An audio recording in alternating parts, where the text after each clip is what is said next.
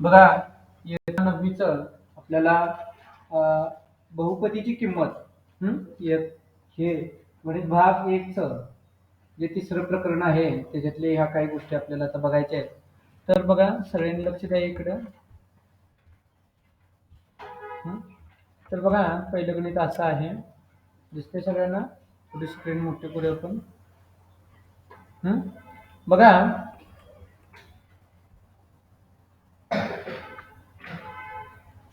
बघा एक्झाम्पल मध्ये काय दिलंय. आता इथं तुम्हाला पी ची किंमत दिली आहे म्हणजे पी ऑफ एक्स ची किंमत तुम्हाला दिलेली आहे. हा आता पी ऑफ एक्स म्हणजे काय, तर ही जी पूर्ण आहे ही बहुपदी आहे. म्हणजे ही जी तुम्हाला दिसते ही बहुपदी. या ठिकाणी तुम्हाला एक्स दिसतोय, इथे एक्स आहे, इथे एक्स आहे, आणि त्या एक्स ची किंमत तुम्हाला किती ठेवायची आहे, एक्स ची किंमत तुम्हाला 2 ठेवायची आहे. ओके.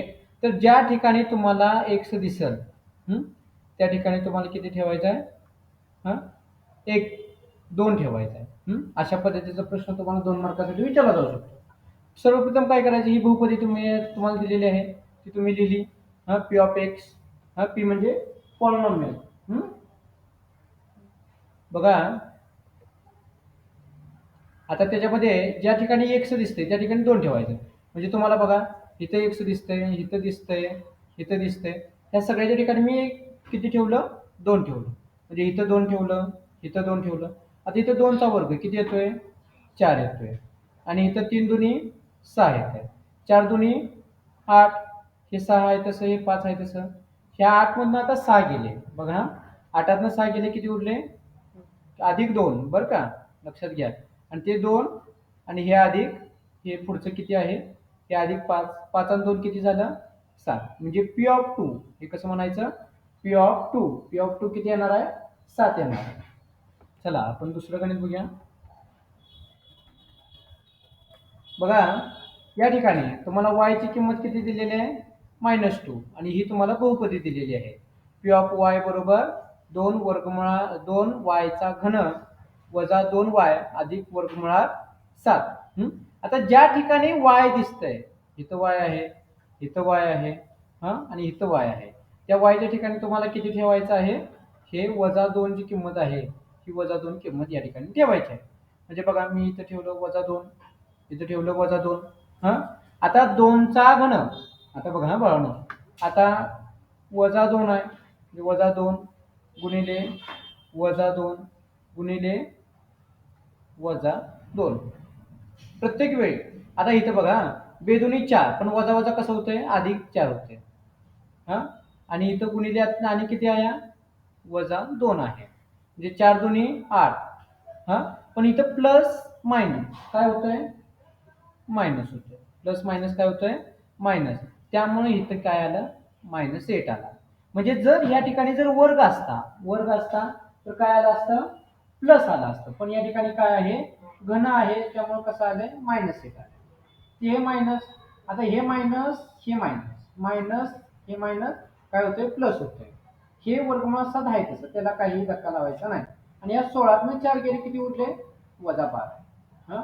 अधिक वर्गमुळात 7.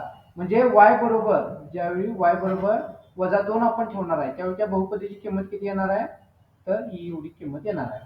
लक्षात आलं. चला पुढचं गणित. आता या ठिकाणी बघा खूप सोपं आहे.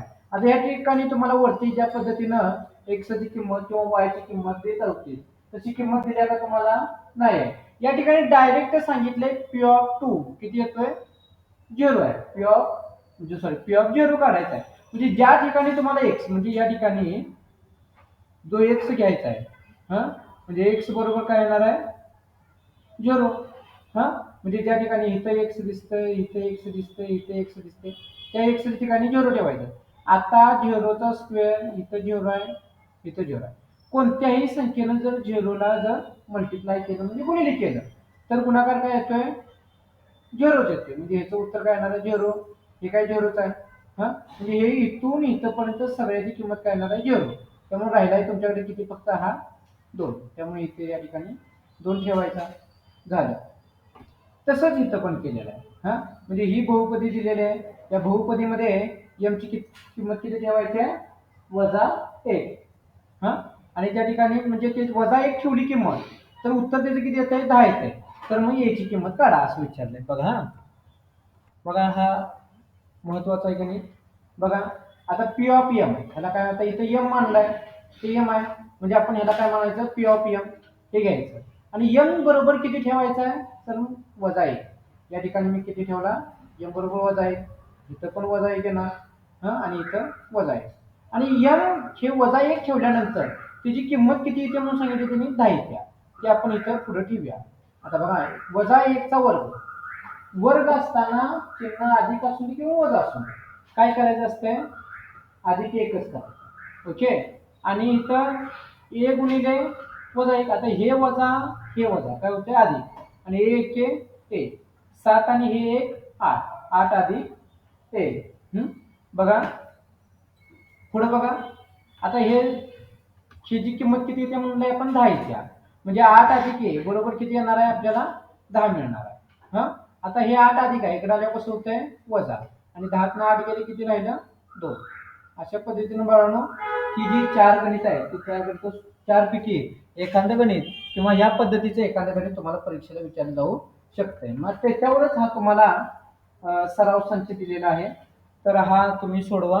हा, हे गणित अतिशय सोपं आहे, हे पण सोपं आहे, हे पण सोपं आहे. ह्या गणितात काय करायचं सांगतो. पहिल्यांदा जी बहुपदी दिल्या त्या एमच्या ठिकाणी किती ठेवायचा? ते ठेवायचा. नंतर परत खाली काय करायचं? खाली मांडायचं. ते एच्या एमच्या ठिकाणी काय ठेवायचा? वजा ए ठेवायचा. आणि ते ठेवल्यानंतर 2 ठेवल्यानंतर काय करायचं? हा, परत त्यांची काय करायची आहे? बेरीज करायची आहे. म्हणजे ह्या दोन किमतींची काढा, बेरीज करा. नाही आलं तर मग आपण आणि परत सोडवून देऊया. आणि या ठिकाणी काय करायचं आहे? पी बरोबर किती ठेवायचं आहे? 3 वर्गमुळात 2. हा, इथं ज्यावेळी वाय, इथं वायच्या ठिकाणी काय ठेवायचं? ही किंमत ठेवायची, उत्तर काढण्याचा प्रयत्न करायचा. तुम्हाला सोपं जाईल ते उत्तर काढायला पण. आणि हे काय सोपं आहे, पहिलं पण सोपं आहे. पहिलं तर किती सोपं आहे बघा. एक्सच्या ठिकाणी किती ठेवायचं आहे? 0 ठेवायचं आहे. अशा पद्धतीनं शो एक्सरसाइज मला हा सोडवून दाखवायचा आहे. धन्यवाद मित्रांनो.